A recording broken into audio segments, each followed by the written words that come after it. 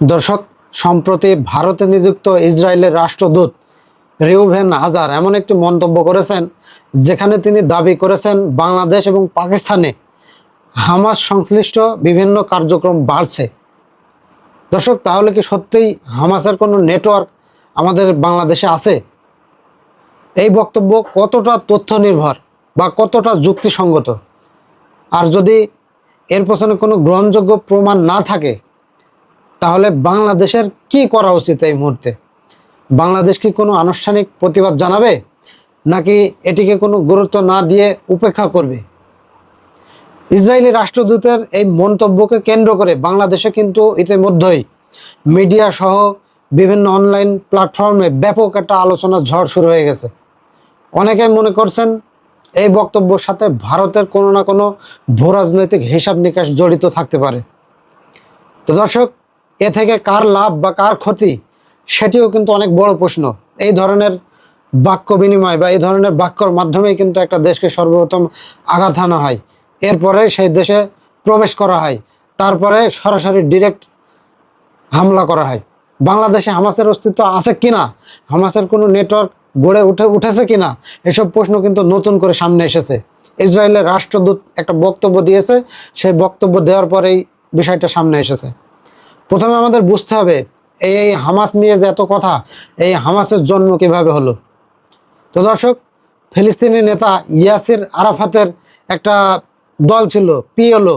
দীর্ঘদিন ধরে কূটনৈতিক প্রচেষ্টা চালিয়েও তারা ফিলিস্তিনকে একটা স্বাধীন রাষ্ট্র হিসেবে প্রতিষ্ঠা করতে পারেনি। সেই ব্যর্থতা, হতাশা এবং ক্ষোভের একটা পটভূমিতে থেকেই 80-র দশকের শেষ দিকে এবং 90-র দশকের শুরুতে এই হামাসের জন্ম হয়। হামাসের প্রতিষ্ঠাতা ছিলেন শেখ আহমদ ইয়াসিন।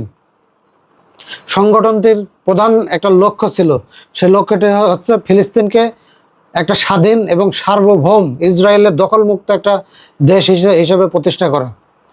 হামাসের কিছু নেতা বিভিন্ন সময়ে সিরিয়া, তুরস্ক বা কাতারের মতো দেশে অবস্থান করেছিল, কিন্তু এখানে অবস্থান করলেও সেটি মূলত তাদের একটা নিরাপত্তাজনিত শঙ্কার কারণে তারা এই ফিলিস্তিন থেকে পার্শ্ববর্তী দেশগুলোতে তারা অবস্থান নিয়েছিল। কিন্তু এই সংগঠনটির রাজনৈতিক, সামাজিক বা সামরিক কার্যক্রমের কেন্দ্রবিন্দু কিন্তু সবসময় এই গাজা কেন্দ্রিক ছিল। তো দর্শক, বিশেষ করে 2023 সালের 7ই অক্টোবর এই যে ঘটনাটা ঘটলো, এই ঘটনার পর হামাসের সুড়ঙ্গ নেটওয়ার্ক, সামরিক সক্ষমতা এবং গোয়েন্দা কার্যক্রম সারা বিশ্ব কিন্তু প্রত্যক্ষ করেছে। সুতরাং বাস্তবতা হলো হামাসের কার্যক্রম মূলত গাজা এবং ফিলিস্তিন কেন্দ্রিক। এই সংগঠনের কোনো সাংগঠনিক উপস্থিতি বাংলাদেশে আছে এমন দাবি অত্যন্ত অস্বাভাবিক এবং এটা সম্পূর্ণ উদ্দেশ্য প্রণোদিত। হতে পারে এখানে ইসরায়েলের স্বার্থ আছে অথবা ইন্ডিয়ার স্বার্থ আছে, এবং যে দাবিটি করা হচ্ছে এটা সম্পূর্ণ প্রমাণহীন এবং সম্পূর্ণ উদ্দেশ্য প্রণোদিত।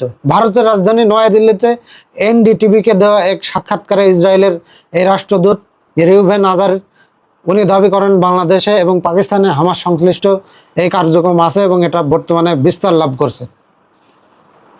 তো দর্শক, এখন কিন্তু প্রশ্ন চলে আসে, এই যে দাবি করা হচ্ছে এর পক্ষে কোনো তথ্য বা প্রমাণ কি তিনি উপস্থাপন করেছেন? আন্তর্জাতিকভাবে স্বীকৃত কোনো গোয়েন্দা প্রতিবেদন কি আছে? এখন পর্যন্ত এমন কোনো প্রমাণ বা এমন কোনো তথ্য প্রকাশ্যে কিন্তু কিছুই আসেনি।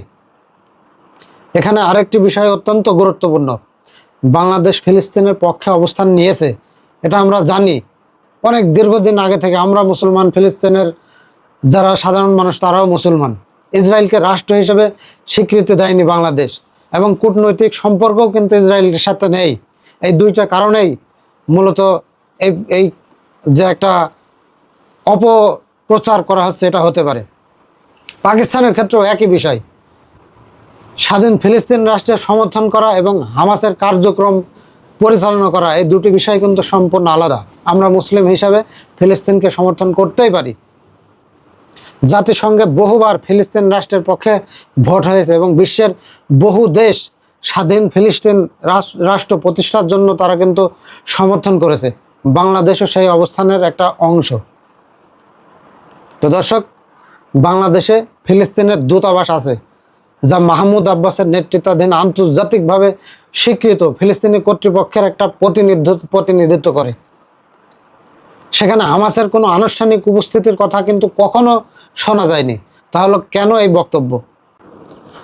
ব্যক্তিগতভাবে আমার কাছে গুরুত্বপূর্ণ বিষয় হলো, এই বক্তব্যটি এসেছে ভারতের মাটিতে বসে এমন এক সময়ে যখন দক্ষিণ এশিয়ার রাজনীতি নতুন মোড় নিচ্ছে, যখন পাকিস্তান আন্তর্জাতিক কূটনীতিতে নতুনভাবে সক্রিয় হওয়ার চেষ্টা করছে, বাংলাদেশও আন্তর্জাতিক পরিমণ্ডলে গুরুত্বপূর্ণ ভূমিকা রাখছে।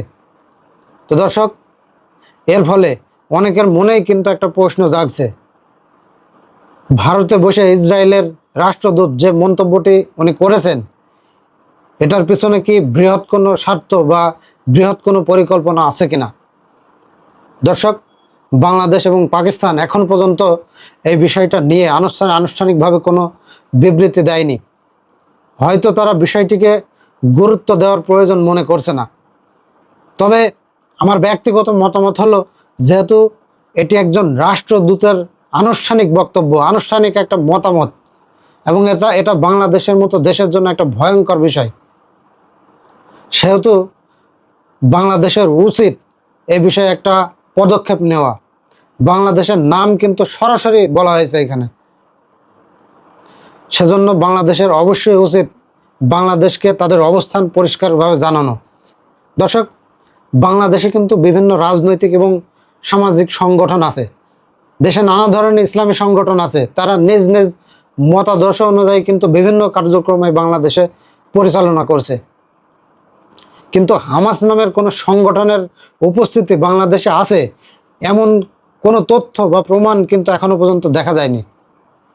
তাই প্রমাণ ছাড়া এই ধরনের অভিযোগ বাংলাদেশের ভাবমূর্তি কিন্তু চরমভাবে ক্ষুণ্ণ করেছে। তো দর্শক, প্রতিবেশী রাষ্ট্রগুলোর কিন্তু উচিত পারস্পরিক সম্মান এবং আলোচনার মাধ্যমে যদি কোনো সমস্যা হয় সেই সমস্যাগুলো সমাধান করা। অপ্রয়োজনীয় সন্দেহ, উত্তেজনা এবং ভিত্তিহীন অভিযোগ করা, এটা কিন্তু উভয় দেশের জন্যই বিপদ ডেকে নিয়ে আসবে। তো দর্শক, সকলে ভালো থাকুন, দেখা হচ্ছে পরবর্তী কোনো ভিডিওতে।